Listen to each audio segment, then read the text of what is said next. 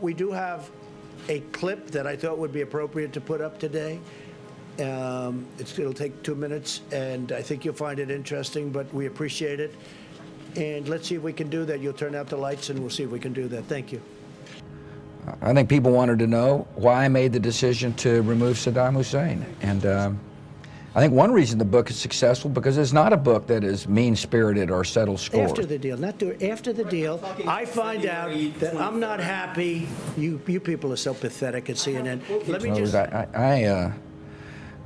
I didn't want to call names. I didn't want to get all involved with typical Washington speak. Go ahead, please. So the first of the month is next week. That's why your ratings are so bad, because you're pathetic. Go ahead, let's go. What I wanted to do is describe in a sober fashion what it was like to be president.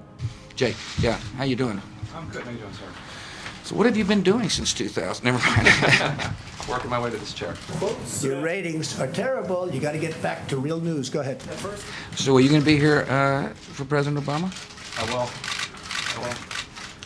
It's a pretty cool job. It's not bad. Because you're pathetic.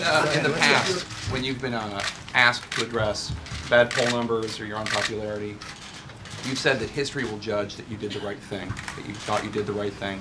Really give them a lot of credit, including people like you, because you just don't have the sense to understand what's going on. All right. But without getting into your motives or your goals, I think a lot of people, including Republicans, including some members of your own administration, have been disappointed at the execution of some of your ideals, whether Iraq or Katrina or the economy.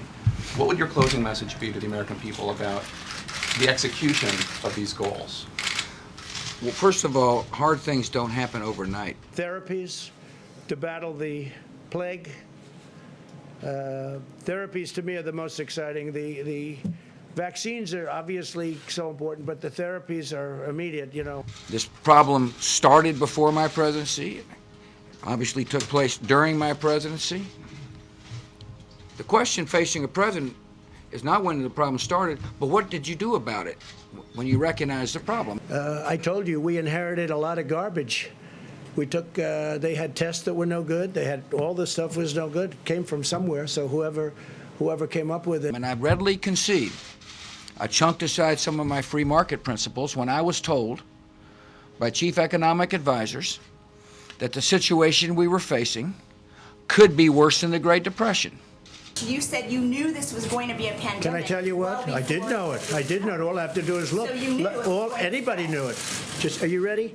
Why'd you do what you did? I said, well, if you were sitting there and heard that the Depression could be greater than the Great Depression, I hope you would act too. We were very early. Oh, I'm the president. And you know what I just did? So quickly. And you know what I just... And by the way, when you issued the ban, the virus was already here. I hope sometime that people who are involved in making decisions in a complex environment learn some lessons from the book. Abbott machine. The 24/7 news cycles created a lot of noise and gives people an opportunity to blather, bloviate, and scream. Okay, you know, it's a swab. And I don't know what you can do about it, except sober people need to tune it out and focus on reality. Looks innocent, not very complicated. Anybody like to see what it looks like? Should I open it? Does everybody? Open it up. I will. I will. I also made the point that a president should never feel sorry for himself. In other words, it's an honor to serve, and self-pity is a pathetic quality for somebody trying to lead an organization. Now, of course, the virus came along, and I'm not happy. I'm not happy. I let them know I'm not happy. This is that with the 24/7 news cycle, in order for people to gain market share, they have to scream loudly. Nobody was there. And you should say, thank you very much for good judgment.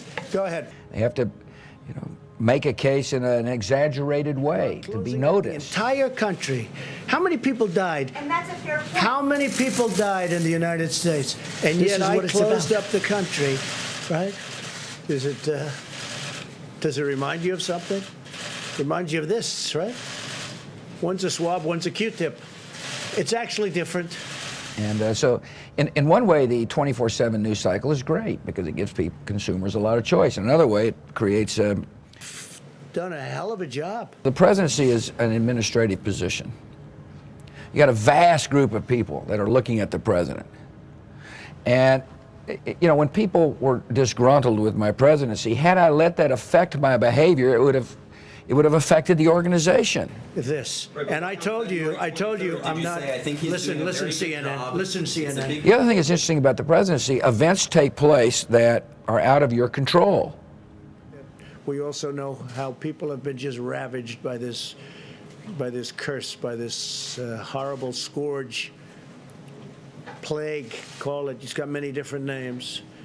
And therefore, kind of trying to worry about popularity and dealing with events outside your control is almost a contradiction. Actually, the Wall Street Journal, Christopher was saying, I want to make people feel good too. I want to make, when they're doing a good job, I want to make people feel good.